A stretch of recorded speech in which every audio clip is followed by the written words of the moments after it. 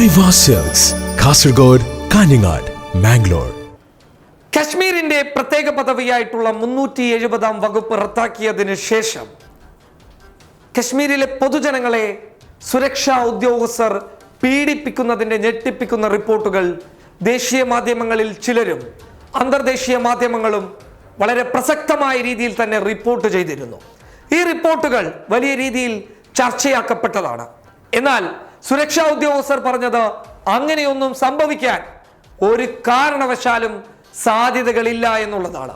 എന്നാൽ ചില അന്തർദേശീയ മാധ്യമങ്ങൾ റിപ്പോർട്ട് ചെയ്ത റിപ്പോർട്ടുകൾ ഇങ്ങനെയാണ്. രാത്രികാലങ്ങളിൽ സുരക്ഷാ ഉദ്യോഗസ്ഥരിൽ ചില വീടുകളിൽ കയറിയിട്ട് പെൺകുട്ടികളെ ബലാത്സംഗം ചെയ്യുന്നു എന്നുള്ളതാണ്. അപ്പോഴും സുരക്ഷാ ഉദ്യോഗസ്ഥരും മറ്റുള്ളവരും പറഞ്ഞത് അങ്ങനെയൊന്നും സംഭവിച്ചിട്ടില്ല എന്നുള്ളത് തന്നെയാണ്. രാജ്യത്തെ എല്ലാവരെയും പറയുകയല്ല, എല്ലാ സുരക്ഷാ ഉദ്യോഗസ്ഥരെയും പറയുകയല്ല, എന്നാൽ 10% ആളുകളെ കുറിച്ചിട്ടാണ് ഇത്തരത്തിലുള്ള റിപ്പോർട്ടുകൾ കടന്നു വന്നിട്ടുള്ളത്.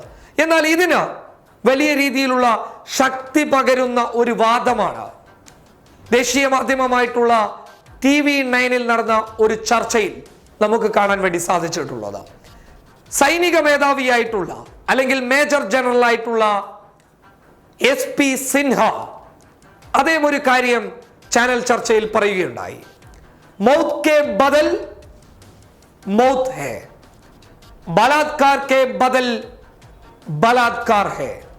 അതായത് മരണത്തിന് പകരം മരണവും ബലാത്സംഗത്തിന് പകരം ബലാത്സംഗവും എന്നാണ് അദ്ദേഹം പറഞ്ഞതിന്റെ അർത്ഥം.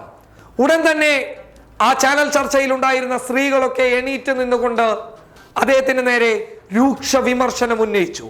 അതിനുശേഷം നിരവധി സൈനിക മേധാവികൾ, റിട്ടയർഡ് ചെയ്ത സൈനിക മേധാവികളൊക്കെ കടന്നു വന്നിട്ട് ശക്തമായ വിമർശനം അദ്ദേഹത്തിന് നേരെ ചൊരിയുകയും ചെയ്തു. അദ്ദേഹം retired major ജനറലാണ്.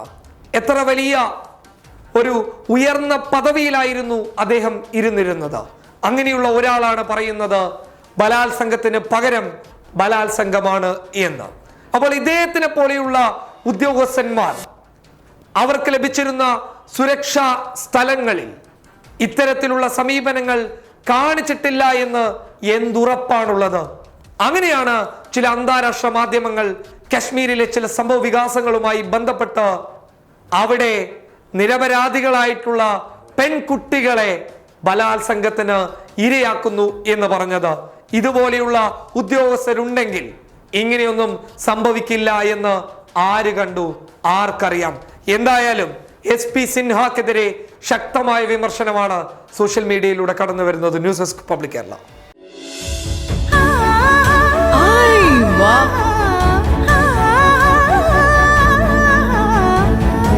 Aiwa silks, Kasaragod, Kanhangad, Mangalore.